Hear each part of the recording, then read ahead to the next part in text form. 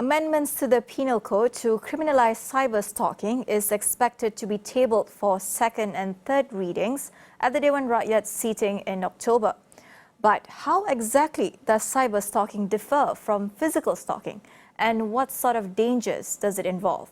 Lilian Kok of the All Women's Action Society, AWAM, explains the complications surrounding the act of stalking in the virtual sphere. Interestingly so, online stalking, although there is the absence of the physical presence there where the perpetrator's proximity is far or non-existent from the victim, but cyber stalking is potentially more dangerous than real-life stalking as for the complication that it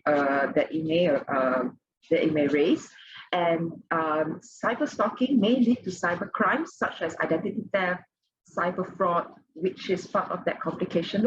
Again, back to the mass availability of electronic gadgets, tracking devices are commonly available and easily installed if the perpetrator has knowledge or access to the survivor's whereabouts. Complaining to telecommunication service providers or even complaining to the Malaysian Communication and Multimedia Commission is of little use, as the stalker can just sign up with another account and stalk again. So this goes back to the anonymity aspect that perpetrators ride on to commit cyber stalking.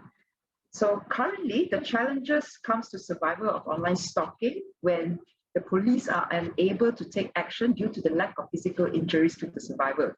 This is why there are survivors who take drastic measures to uproot their lives and routine, and in some cases, they may leave the country altogether just to avoid being stalked.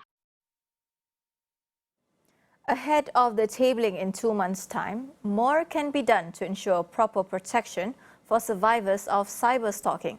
Speaking on the amendment to Act 574 of the Penal Code, Lilian discusses what gaps should be addressed. What we would like to see, though, is we would like to see doxing included in the amendments as well. The act of giving out information publicly to the survivors.